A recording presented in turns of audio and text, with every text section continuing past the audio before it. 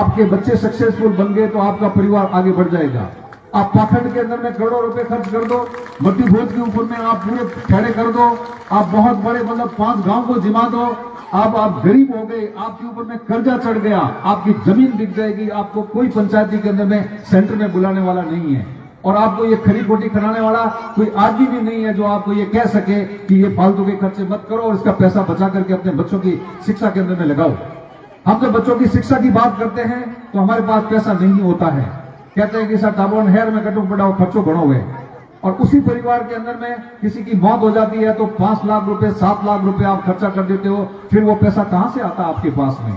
उन 5-7 लाख रुपए से तो आपने बच्चे को कंपटीशन करवा करके आप पता नहीं कहां पर पहुंचा दोगे। इसी प्रकार आज कंपटीशन का जमाना है, आज जमाना ज्ञान युग है। इस ज्ञान युग के अंदर में जो ज्ञान प्राप्त कर लेगा वो शक्तिशाली आदमी बन जाएगा। एक हमारे जो संविधान निर्माता थे डॉक्टर भीमराव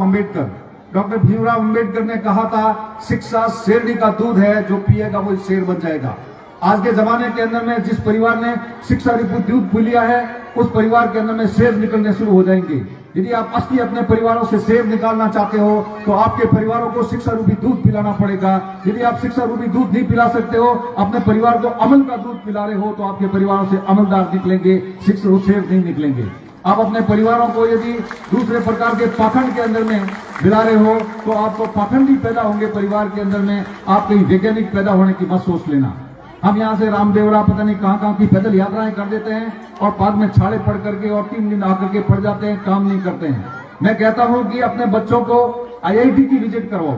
अपने बच्चों को Indian institute of medical sciences के अंदर में विजिट कराओ, अपने बच्चों को इंडियन इंस्टीट्यूट ऑफ साइंसेज के अंदर में विजिट कराओ, बच्चों को बेंगलोर भेजो एजुकेशन टूर के ऊपर में, तो दुनिया देखेंगे, उनको पता लग जाएगा कि साइंस के कैसे कैसे इंस्टीट्यूशन है, एग्रीकल्चर विश्वविद्यालय क्या होता है, IIT क्या होती है, एम्स क्या होता है, इंडियन इंस्टीट्यूट ऑफ साइंस क्या होता है, Indian institute of statistical sciences क्या क्या होता है, भाभा एटॉमिक रिसर्च क्या है, इसरो क्या है। हमारे बच्चों को ऐसे ऐसे इंस्टीट्यूशन में भेज करके उन बच्चों को दिखाओगे तब पता लगेगा कि अच्छा गांव के लोग यहां भी पहुंच सकते हैं, कंपटीशन करके मैं यहां भी पहुंच सकता हूं एक दिन, तो फिर बच्चों के मन के अंदर में प्रेरणा आएगी। जब बच्चों को पता ही नहीं है कि कहां जाना है तो बच्चे कैसे जाएंगे? हम बच्चों के लिए उस प्रकार का पैसा खर्चा नहीं करते हैं, उनको कहीं टूर के नहीं भेजते हैं, इसके साइंस के वालों के चक्कर में उसके संपर्क में नहीं लाते हैं, तो हमारे बच्चे तो फिर यहीं रहेंगे, अमल खाएंगे और वो चाय पियेंगे, बीड़ियां पियेंगे, हुक्का पियेंगे और वो पाखंडी बन जाएंगे।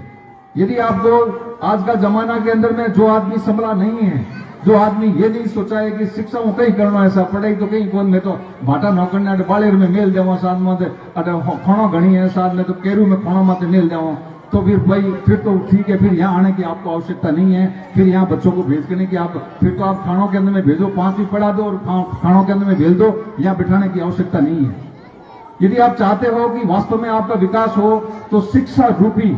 जो बाण है उसको अच्छी तरह से आपको मजबूती से पकड़ना पड़ेगा।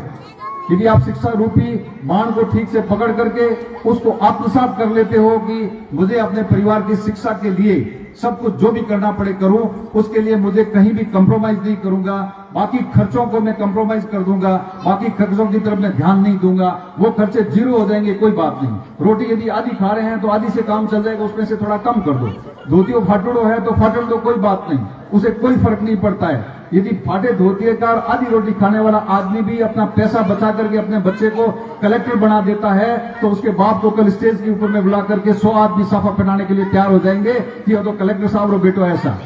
बिल्कुल एकदम उसमें आपको आप आधार देंगे। तो ये जो आपको जो सोचने की जरूरत है, बच्चों को भी चाहिए कि वो अच्छी संगत के अंदर में रहें। गांव के अंदर में मैं भी यहाँ पढ़ता था, जिन जिन बच्चों की अच्छी संगत थी वो बाहर चले गए पढ़ने के लिए, उनका जीवन अच्छा हो गया, उनको आप प्रेरणा स्रोत के तौर पे मानते हो। आप जिन बच्चों की संगत अच्छी नहीं थी, जो गुरुजनों का कहना नहीं मानते थे, उनके अंदर में पोलाइटनेस नहीं थी, विनम्रता नहीं थी, वो बच्चे कहीं भी नहीं पहुंच पाए। बच्चों को समझ में आने की आवश्यकता है कि विद्या ददाति विनयम, विद्या ददाति विनयम। बच्चों में मेरे साथ रिपीट करेंगे सभी, विद्या ददाति विनयम, ये क्रक्स है आपके जीवन का। यदि विद्या प्राप्त करने के बाद आप विनम्र व्यक्ति नहीं बनते हो और बटन खोल करके चलते हो और मार साहब हम यकड़न बात करो, गाँव वाला हम यकड़न बात करो, गाँव वाला कोई कहे कि छोरो ठीक चलो रे और छोरो गाँव वाला जो आदमी मुंह तोड़ देते हो आप लोग, थोड़ो कौन लियो, थोड़े बाप रो कौन लियो, तो इसका मतलब है कि आप अपने खुद के पांव काट रहे हो। आप ये सोचना कि आपके अंदर में ये जो घमंड है, जो थोड़े दिन का घमंड रहेगा, ये आपका 20-22 साल की उम्र के बाद में जब घरवाले बोलेंगे कमा के लेके आ, और जब आपका घमंड के अंदर में आप कहीं पहुंचोगे तो आपको कोई भी नौकरी के अंदर में नहीं लेगा, कोई धंधे में नहीं लगेगा। लोग कहेंगे वो घमंडी छोरा और काम रोको यहाँ पर है। तो आपको शिक्षा के माध्यम से सबसे पहले ये सीखने की आवश्यकता है कि आप विनम्र बने, आपकी भाषा सभ्य हो, आप अच्छे लोगों के संपर्क के अंदर में बैठे हैं।